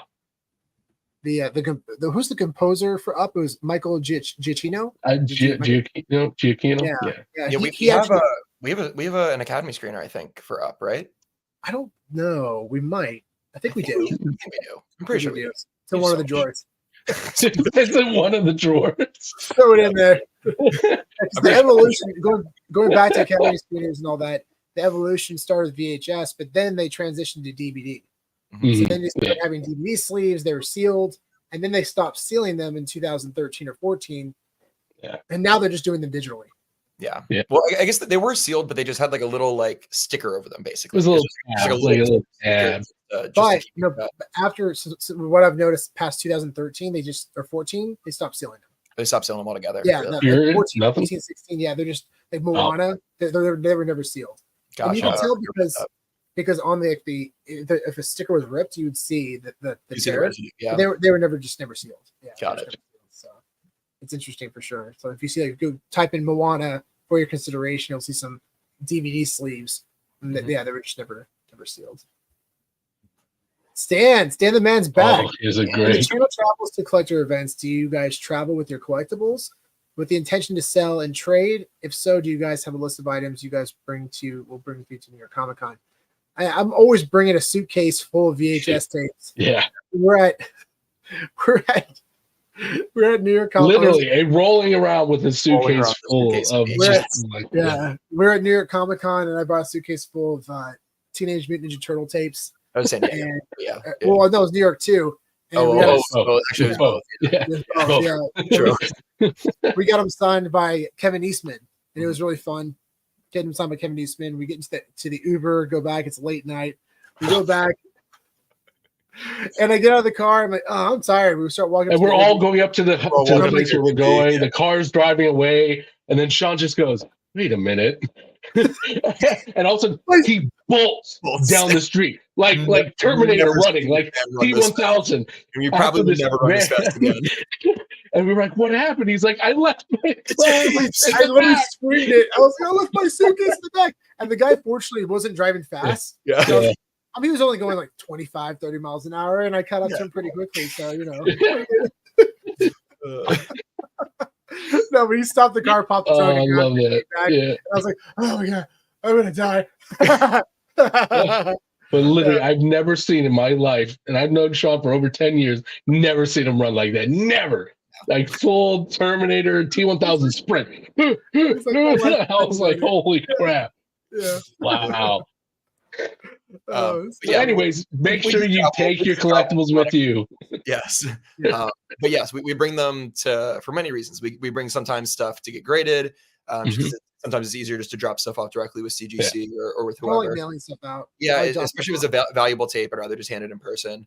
Yeah, we're bringing stuff for PSA. Yeah. Getting stuff signed. Sometimes David Yu wants to make an offer on one of our collectibles, and we'll bring something for him. So I mean, hey, if anybody, if you see anything in our collection that stands out to you, and you'll be at New York, you got a couple days to let us know, and we'll bring it for you. Yeah, definitely be supporting the podcast. Woo! Yeah. Just like Stan. Yeah. But yeah, you typically will always find me with a suitcase. I don't think I have a suitcase at New York. Well, I don't think I'll bring it with me on the Comic-Con for this time. I don't think I have that much stuff. I really just want to. Okay. I don't want to make it all about signings this year. We'll sign. So we're not. Actually, this one's pretty dope. We're gonna get Kevin Smith to sign this Cloaks demo tape, and nice. Jason Mewes. Yeah. Nice. So yeah, pretty cool. So yeah. All right, Stan. Back to Stan. You guys have a dream? Do you guys have a dream collection? Could you guys share what kind of security measures are needed to protect such investments? So this is a very exciting topic for us because for us, we're kind of living the dream right now. I mean, we're really excited about the things that we own. It's also very scary to have these things in your house where, potential theft, damage, anything could happen. Yeah. I mean, one, we love grading our collectibles because they're secured inside of a case, especially with rewind cases. These things are so freaking secure. Yeah, we just did a little test, actually. Yeah. Yeah. So these things are so secure. Yeah. You can actually run a car over with these things. We're going to release a video on this. We have done it. We have tested it. You can drive a car over rewind cases, and they stay secured. Legitimately. Yeah. We've seen it. We tested it. We're going to release a video soon. It is bananas. Yeah. Yeah. These things, and they stack really well. They look phenomenal. Yeah. No, we love the rewind cases, man. They're so good. Yeah. But yeah, I mean, like I think like insurance is a really good idea. I mean, especially if you do valuable collectibles, you can get collector's insurance for your stuff, which is definitely if you have a lot of stuff in your home, that's always a really good idea. There's kind of new solutions coming out with platforms like Courtyard and Fanable, where if you send your physical collectible into them, then it's being secured and insured in a Brink's vault. So that's and then you get the digital NFT representing the physical that's stored in the vault. And that's what Fanable is. They're going to be doing that for VHS, for cards, for comic books. So you're going to have a chance to own your physical item in digital format, which you can sell on the platform. You can transfer, you can trade, you have full control over it. Yeah. It's super exciting. That is like anytime you can pull it out of the vault and get it sent back to you. That is going to be the bridge for physical collectors, how they're going to understand the importance of NFT technology. VeVe has done a phenomenal job bringing in physical collectors. And it's only going to get more significant over time. They're going to start to understand it, but it's not a direct need right now for a lot of physical collectors. And the need, obviously, storage and safety and security. Those are needs for physical collectors right now, and that's an opportunity for them to get involved using NFT technology without even realizing it. It's amazing. Yeah. So we're really excited for them and the things that they're building right now, because that's going to be a really, really big deal in the future. And you literally can carry your physical collection in your pocket anywhere you go. That's that's epic. Yeah. But outside of that, I mean, like safety deposit box is like a a possible option, or like a fireproof safe. Listen, that sucks. You can't ever enjoy it. You can't enjoy it. No, I agree. But it's just options, that are out there in terms. Oh yeah. I'm just answering the question, Sean. Come on. Exactly. Going back to like Fanable and Courtyard and those companies that are doing this stuff, it's super exciting because they're doing something where you can still enjoy, even sell your collectible. Because if you buy something on Golden, or if you buy something on eBay, you can send it to the PSA Vault, which is on the East Coast. Really cool. I have some stuff on there, but the only options you have, either sell it back on Golden. I'm sure eBay will probably be part of that process in the future, which is cool. Yeah. But it's either eBay, Golden, or you send it back to yourself. That's it. You can't transfer it to somebody and do like a cash deal. You can't do any of those things. Not that we endorse that, but yeah. It's just the importance of having ownership, and you can do whatever you want with your physical collectible in digital format. That's a big deal for these physical collectibles. So yeah, exciting stuff. Yeah. Awesome. VeVe Zombie, what is up? Okay, you guys got me. Oh, nice. Just picked up on eBay Howard Tiger and Dread screener. Oh, nice. Dude, there you go, man. I think we have a retailer screener demo tape for this. Yeah. Dude, good for you. Congratulations. Yeah, dude. Purchase. Congrats. That's awesome. That's so cool. Yeah, that's actually really good. Let us know, is that your first VHS purchase or first screener purchase? Either way, let us know. That's exciting. Yeah. That's a good pick too, man. That was a huge film when it came out. Oh, yeah. Still very popular. It's got a lot of critical acclaim. It was nominated for multiple Oscars. Those are things you got to think about too. Yeah. It scares people. Yeah. It scares. Yeah. Viva la VeVe. In the US, did you guys have to go door to door with the case of VHS to rent? Basically, door to door VHS rental. It was late 80s staple here in the UK. Oh, man. I don't remember that. No. I've personally not experienced that. Yeah, I wouldn't be surprised if somewhere that happened. But I mean, there's obviously stores, and then there was online mail-in like mail order stuff. The mail order stuff, I don't think. I think the mail order stuff is hard to buy. I think Netflix is the only one that did the rental mail order stuff. I think they were the first for that. But I guess if you didn't have a video store near you, that would be like a service that would help. I don't know. Yeah, I've never personally seen that in the US, so maybe somebody else in the audience has seen that or was around for that. Here's a good trivia question. What was the first movie that was rented from Netflix on DVD using the mailing system? What was the first movie? I don't know. Beetlejuice. Really? Is it really? Beetlejuice was the first movie that was available to rent by Netflix on DVD. Yeah. All the movies, It would be kind of cool if you could find a Netflix Beetlejuice, still in like the Netflix sleeve or whatever somewhere. Never opened, just still, dude. That'd be crazy. That stuff that would probably do very well. I mean, I think similar to the way that Blockbuster stuff has done really well. I wouldn't be surprised if Netflix does do well, especially longer term too.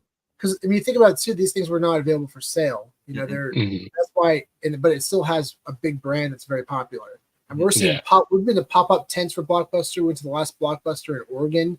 Blockbuster is still a very big brand, and it's going to become, I think, more significant over time. Especially thanks to nostalgia. The nostalgia is going to keep being able to go there and actually look at DVDs and VHS tapes is really rad. Very rad. Oh, that's awesome. Now to get it graded. Absolutely. Was it sealed or was this complete in box? Yeah. Either way, very cool taste. Yeah, either way, still great, but I would love to know. And you can get it graded. One. Nice. Yeah. If you go into New York Comic Con, you can bring that. And what I recommend. With you. Do an order ahead. Basically, you place an order for your tape with CGC. You print out the paper and you can bring it and just drop it off. Because if you go there in person and try to do the whole thing, it's like an hour process. Yeah. It takes forever. Yeah. So, awesome, guys. Fun episode. This is great. I really appreciate you all for joining. This is a blast. Make sure to get involved in our giveaway. Where is that? Oh, shoot. I lost it. It doesn't matter. There it is. Before we go, I wanted to actually show you guys. Spencer's got some. Spencer's got some. The giveaway, Sean. I'll set it up. Oh, okay. So get involved in our Uncirculated box giveaway of these 6 Batman McFarlane Toys action figures. We are partnered with McFarlane Toys and CGA to give away this Uncirculated box. One lucky winner worldwide is not only going to get this box, but also a chance to get them all graded for 25% off by CGA. So big shout out to our partner, CGA and McFarlane Toys, on this giveaway. This has been a lot of fun. This is things that we're really excited about. You'll get an uncirculated label on this CGA, VGA, actually AFA. So CGA, AFA is their action figure authority. That's what they grade. Underneath CGA is the parent company. So there's sub companies. So AFA is the company you would go with under CGA.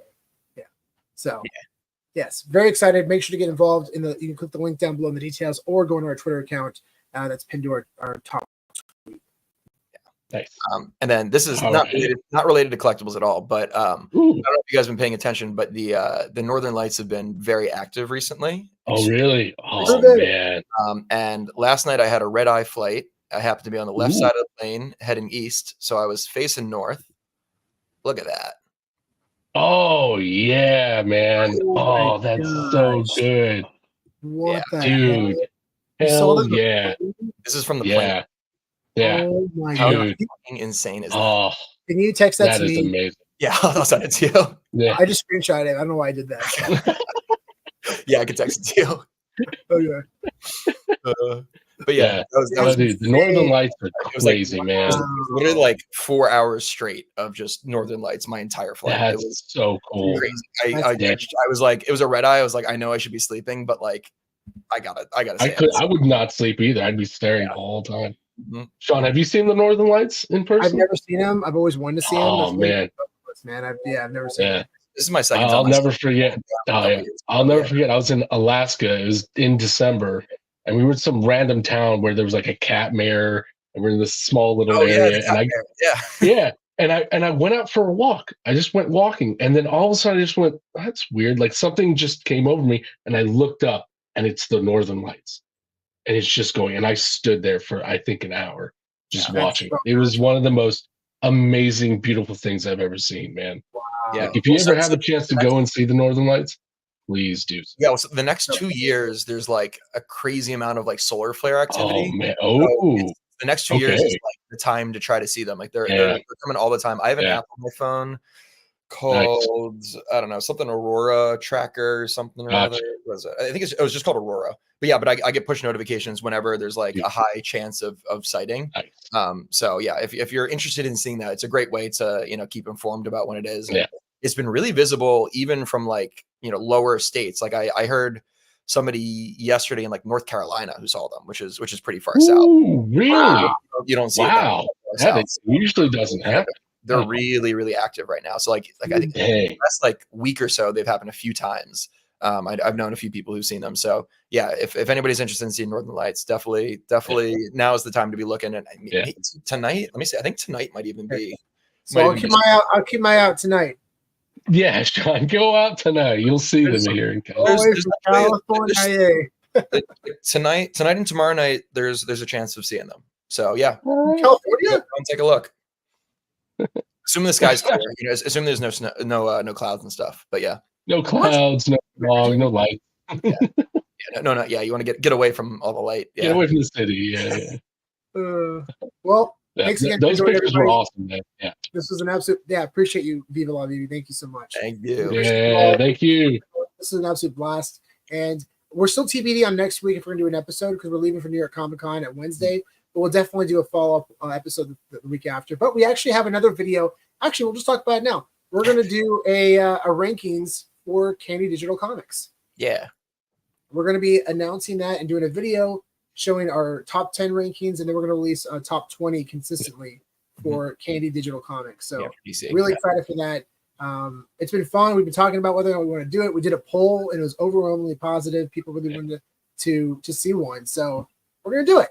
We're just waiting for more comics to be released, but enough comics have been released now to give us a good sense of where we're at. So yeah, we'll be releasing that next week before Comic Con. And then also real quick, we just interviewed on Wednesday Ben Rose, the new co-CEO of VeVe. So look out for a video releasing next week with our exclusive interview with him, which is super, super exciting. I believe we were the first people to interview him in the community. So one of the first. Maybe one of the first. I don't know. Yeah. I want to be the first. I like we like first appearances, He's an amazing guy. He's such so awesome. It was so great to talk. It was so fun talking to him. He gets it. He understands Web3. He understands collecting. He understands the needs, the wants. He just he's awesome. I'm so excited about this hire. Yeah. He's going to fit in perfectly with the team. So really excited to get that interview out for y'all to see. It's going to be a lot of fun. Yeah. And then final plug before we go. If you're not signed up for our newsletter, check it out. It's a really great newsletter. It just came out yesterday, the last issue. The next one's not coming out for 2 weeks, but we featured an article from the one and only Market Smart, Chris Severs, talking about the great MC1 comic. So really great article from him. But yeah, we talk about all sorts of stuff that's going on in the collectible space, and kind of just give an update about what happened over the last couple of weeks in terms of significant sales, upcoming auctions. We do exclusive giveaways.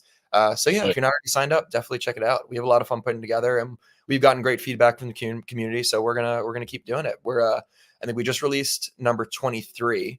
So I think 25. We're thinking about doing something special. Yeah, something special. If you're not on the list, get on there.